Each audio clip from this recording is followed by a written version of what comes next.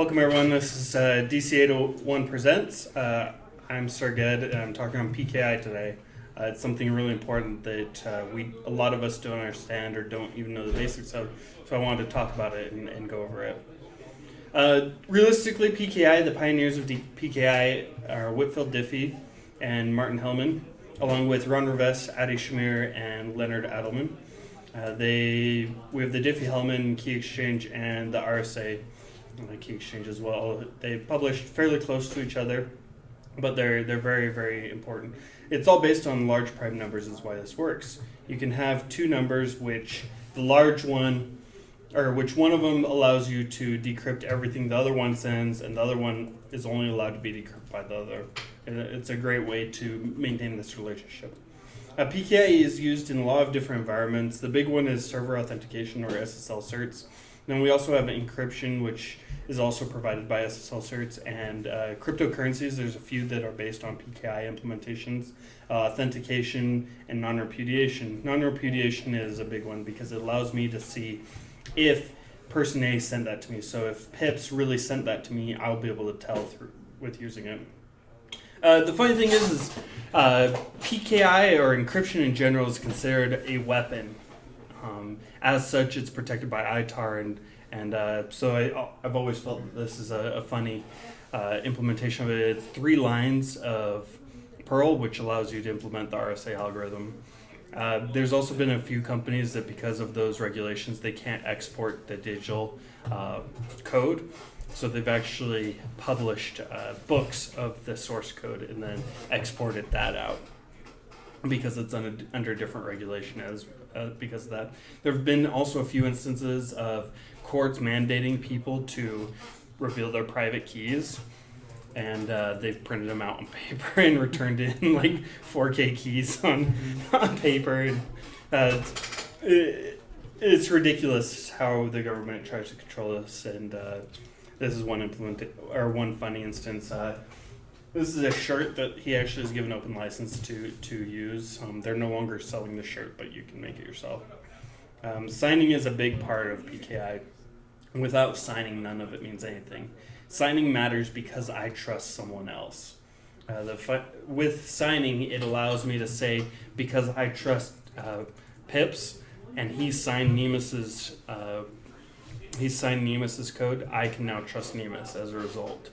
Signing works because when I encrypt something using my private key, then when someone else comes in and decrypts it with my public key, they can then validate that this data is the same as what was sent because of the hash sent along with it that comes from them. They are derived from the same data.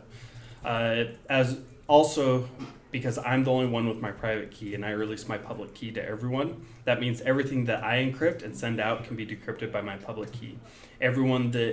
Everything that is then encrypted using my public key can only be decrypted by my private key, which means anything sent to me can only be decrypted by me. Everything sent out can only be decrypted, or can be decrypted by anyone, theoretically. This allows me to protect it, and then we have a lot of different signing authorities as a result that we trust, including the Hong Kong Post Office is one of them. One of the big ones right now is WoSign is a big one because of their inability to protect what they sign. But PKI only works because we trust these people. So what they do is they sign your data saying, I have verified that Pope is Pope, and I will sign this attesting to that. Now me, because I trust that person who signed it, that means I now trust Pope. And that's how PKI works. But what is signing? The reason that signing works is because of these large prime numbers. Signing works because I can take data, I can hash that data and encrypt it using my private key. Then what happens is everyone who is able to access that data uses my public key to then decrypt, and then also they can hash that as well using the public key, and they'll get the same data, and they can assign those one to another, compare them, and they get that those are a one-to-one relationship, and they say, okay, yes, this was sent and was not changed in between. So not only was I able to decrypt it, but I was also able to verify that what was sent to me was what was intended to be sent. So that's nice, but you have to implement that now. So PKI within PKI, the biggest implementation is certificates. So when we use certificates through websites, normally it used to be only for sites that used credit cards. So oftentimes we're kind of the first to start implementing. But now more and more sites, with the advent of like Let's Encrypt and $5 certs, there's more and more people who are implementing these certificates in their sites, allowing us to encrypt the data in between. This protects from man-in-the-middle attacks. This protects from people listening to your data and pulling your information. This was one of the big reasons why the U.S. government wants to break these, is they want to be able to see all your traffic. And so we have VPNs that a lot of people have been using for years. And governments like to sit at the exit tunnels of these VPNs and listen to traffic there. Yeah, they may not be able to tie that directly back to you, but they want that unencrypted data. So certificates allow us to encrypt that data within the internet as a whole. So what is a certificate? So a certificate contains data about whatever the certificate is assigned to, be it a host name, be it IP address, state, city, zip. I mean, has anyone looked at like OpenSSL or seen what a CSR is? A CSR is a certificate signing request. So that data is then contained therein. And then what happens is you send that to a trusted source. So let's use DigiCert as an example. So DigiCert is a certificate authority. And so you send that CSR, or the certificate signing request, off to DigiCert. DigiCert retrieves that data, and then they sign that, and they send you back a signed certificate. And the certificate is then valid. So if you look, that's when you'll start seeing the lock at the top of your browser. So if we look here,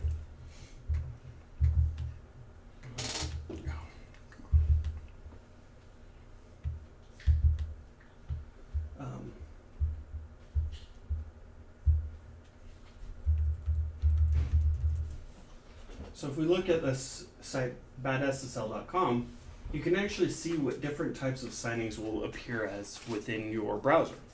So right now, SHA-1 is getting rolled off.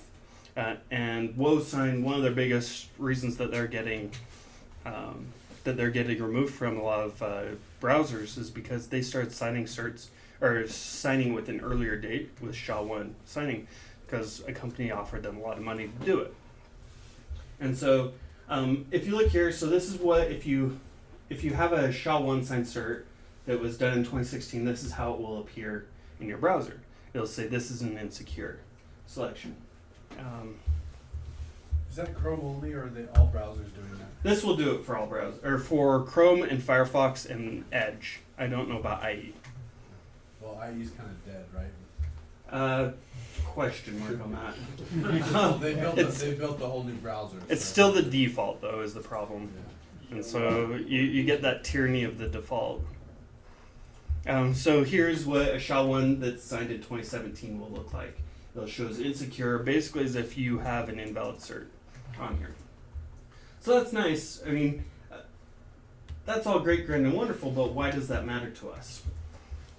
So the reason that this matters is because we trust these authorities, we can then trust that site. There was a great shirt at DEF CON this year where they had a lock on the shirt, and it said, this means you can trust me with your credit card, which was excellent, and I wanted to get one for my daughter, and I ended up not, but the certificate allows us to then send that data out. So any data that I send to you, any of you can decrypt, but anything you send to me as a result, only I can decrypt. And this is nice because then when you send me your credit card, Fred listening on the wire only gets this encrypted blob. He doesn't get any valid data. And theoretically, as of right now, if you're using 4K key, that would be theoretically unbreakable. Now, give us 10 years and the Raspberry Pi, 2020 will be able to crack those 4K keys maybe, but I'll just get lucky on my first guess. yeah, I guessed 1, 2, 3, 4, and it went through. But and that's kind of the key to public key cryptography or public key infrastructure is you have the ability to have that one-to-many relationship. So as long as I trust that authority, then that data that I'm getting, I can trust is valid from that person. So that's nice, but you have to understand kind of how that certificate lives. So now we understand signing, which is me being able to use or to validate that you are who you say you are, sign your data, and then someone else being able to look at that and tell that signing is complete. We know what a certificate is, what's contained therein, but now how does that certificate get created? How does that certificate live? How is it managed? That's the real question. Is you have the certificate lifecycle, which comes down to first you create your CSR and your private key. So your certificate signing request and your private key. Normally that's done through a library, something like Bouncy Castle or OpenSSL, or through a browser-based application or some way. Basically, you want to make sure that you control that data, because if you generate that through like a random website, then that private key is then assigned by that private key is then able to be pulled by that site that generated it. So you want to make sure that you're controlling that. And that data is only as good as the random number generation on that machine too. So it should be a machine that's used. I remember seeing one time in one of my old lives, there was a person who was doing random number generation on a machine that nothing else was being done except for random number generation, and it took forever to generate 4K keys. So you have two random number generators. You have whack-dev of whack-random and whack-dev whack-urandom. One's blocking, which means that I will stop you until I have the amount of random number generation that you have. And that's whack-dev urandom, right? Or random. I forget. Yeah. Yeah, random is blocking and urandom is unblocking, or is non-blocking. So whack-dev whack-random in Linux is blocking, meaning I will stop you until I have 4K or whatever amount of random numbers that you have requested. Non-blocking means that I'll take that and I'll put it into an algorithm. I'll take whatever random I have, I'll put it through an algorithm, and I'll generate random off of that. So it's quicker, but theoretically less secure. Feeds into Acadia. Correct. And so, as a result, when they were using whack-dev, whack-random, they were taking forever to generate, because that's all based off of things that are done in the UI, CPU cycles, memory access, file access, things like that are all generating random numbers in this folder, and that's what your systems will use for connections. And it was taking like 5 or 6 minutes a key to generate, which is ridiculous, because this machine wasn't doing anything else. There have been a couple other libraries that have tried to do that using, there was one that used a webcam on a stepper motor, and it would point in a direction, and it would take a picture, and it would generate random based off of a random pixel. So it would use some of the random to pick a random pixel in the picture, and then use that random pixel, the data from that, in order to generate random numbers off of that. A little kludgy, not as effective as it should have been, but it was really neat to see. And they make just hardware. Yeah. RNG hardware. I think PGP used mouse Movements. trail. Yeah. And Windows uses the image of your screen as part of it. And the refresh timing of rate as well. Hard disks, reads, and there's all So sorts is of there, crazy are you able to specify in any of these programs what gets used, or is it just what? You it can, decides? most times. You have to write it into it. So there's also what's called a hardware PRNG device. You may have heard of like HSMs, so hardware security modules are one. But hardware pseudo-random number generators usually use a small piece of like cesium or other radioactive substance, and that reads the data off of that, which is theoretically true random to the degree that we aren't able to predict that decay very well. Anyway, so you generate your CSR and your private key, and you send that to your CAO choice. I like Let's Encrypt right now. The only problem is they don't do they don't do EC certs. Dual EC is good. Then you retrieve the now signed cert and you place it on your site. Then when people go to your site, so they know, hey, this is a good site, this is valid, this is who they say they are, and there's no one in between me and them. So that's all nice, but once that cert is dead, you need to revoke. So I shamelessly stole this portion of my presentation from a presentation I do for work, and revocation is important. If you're not using a cert, you need to revoke it. Else, if that ever gets compromised, someone is able to Why do I need to revoke an expired certificate? So that's what So do you guys think that you need to revoke a cert that's expired? Is that important? So, No, there's no need to. we've seen reasons why at DEF CON. Yeah, well, there's one instance where it is important. Any ideas as to, besides you three jokers in the back, any ideas to what the instance of an expired cert that you should revoke? Any ideas? So the big one is for code signing certs. Because code signing certs aren't live, you should revoke them even though they are expired. Okay? What if your NTP server isn't secured with a certificate? Wouldn't the attacker just be able to change the time on a It's kind compromised of like time certificate? skipping. So time skipping works in some instances. It doesn't. It works with like code signing certs, but it wouldn't really work with a SSL cert on a Apache server or something like that. All right. So the other thing is you want to revoke if your private key gets compromised ever. So this can be someone leaves your company that had or leaves with a private key that had access to that private key.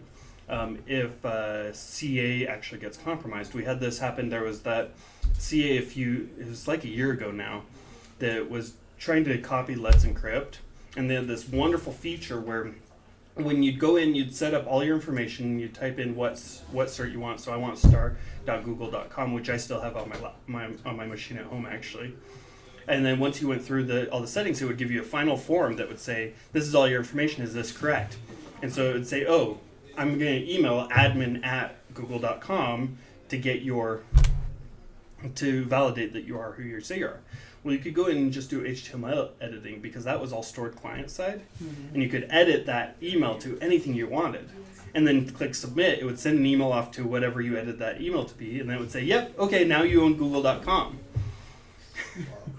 It's really a good idea to do that, right? You just want to make it really easy on your customers. Anyway, they got revoked real quick, that CA. But as a result, I've kept that cert because it's a good example of what not to do. PKI is really easy to implement and really easy to implement bad without understanding. And the other thing is if you decommission a server, you should revoke your private key as well, or your certificate as well, because that you don't want anyone to have access. So let's say, one of the systems I use is hellspotatobox.com.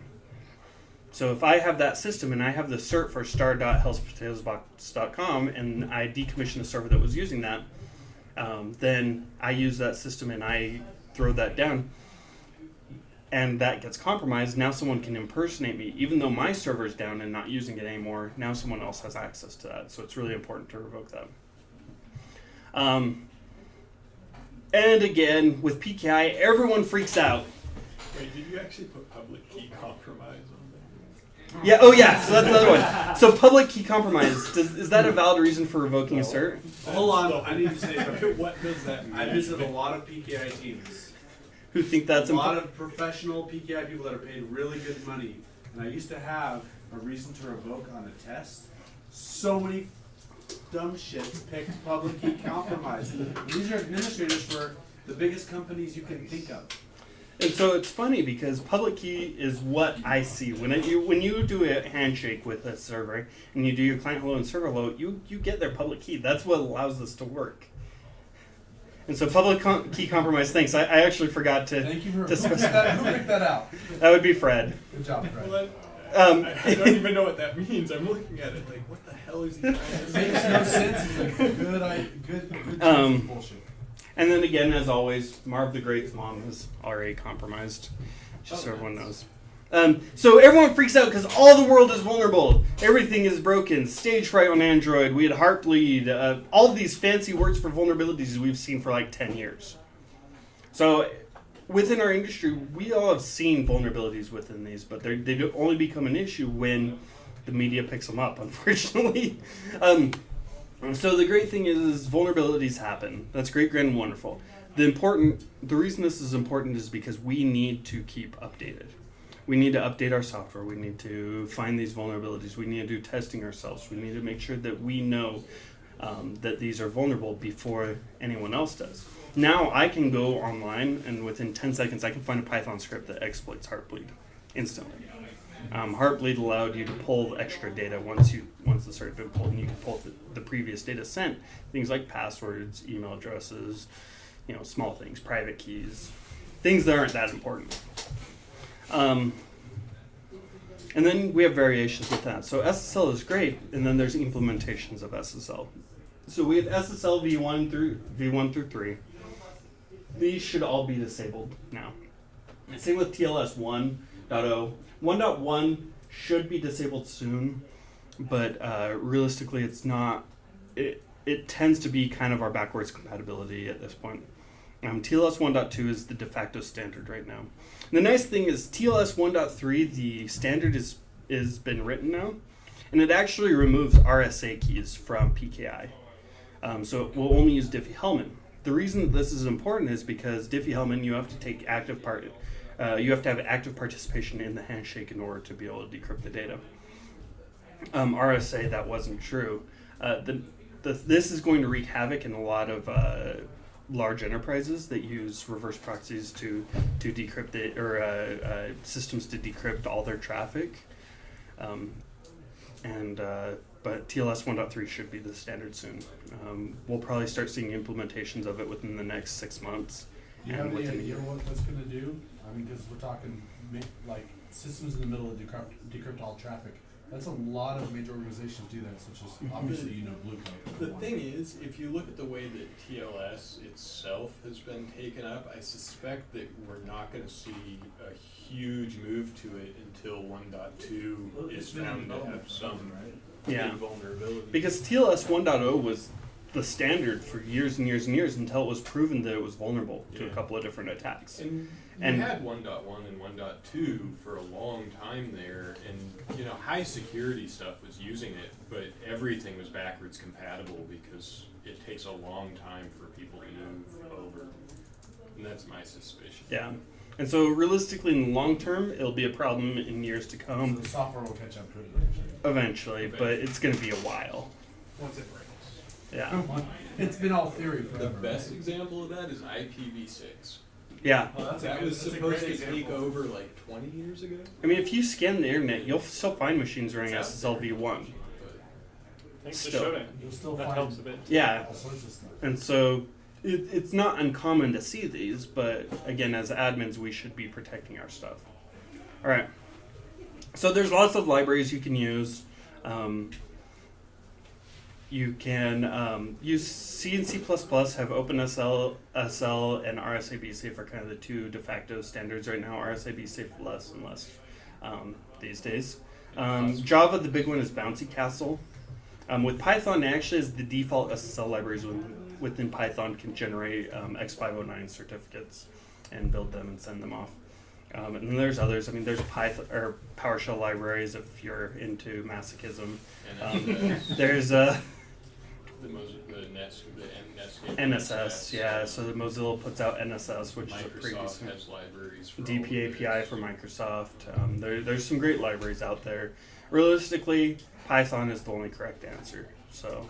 If you're wrong, yeah. It's all about OpenSSL. But thanks to the DC801 for this time and for putting this together. And Fred Bull here in the middle has taught me everything I know about PKI and has been awesome. And of course, Norco this has all been sponsored by Norco and pain medication today.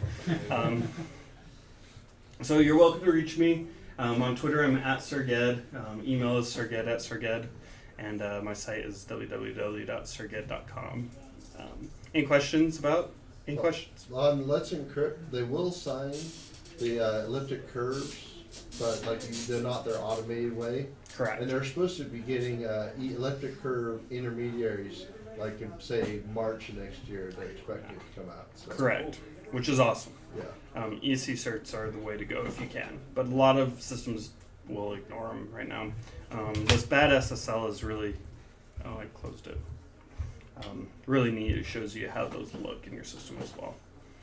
Well, that means for say mobile stuff, Mhm. elliptic curves will be big because. Yeah.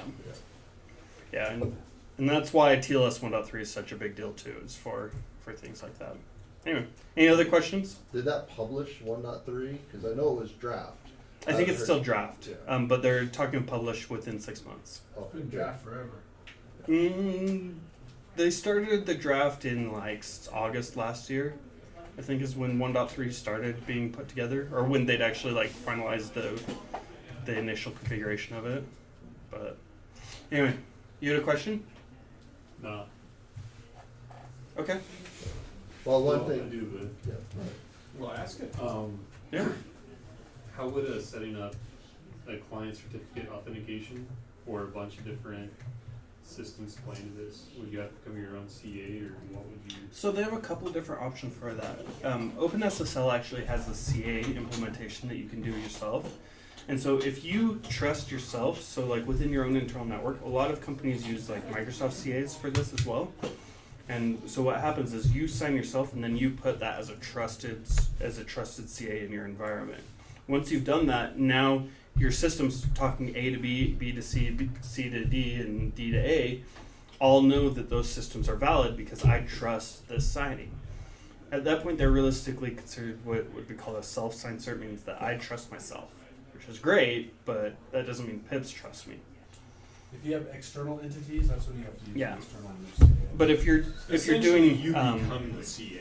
yeah, And And really, so- if you have the external ones, you don't need to necessarily use a public one, you just have to coordinate the research Yeah. with.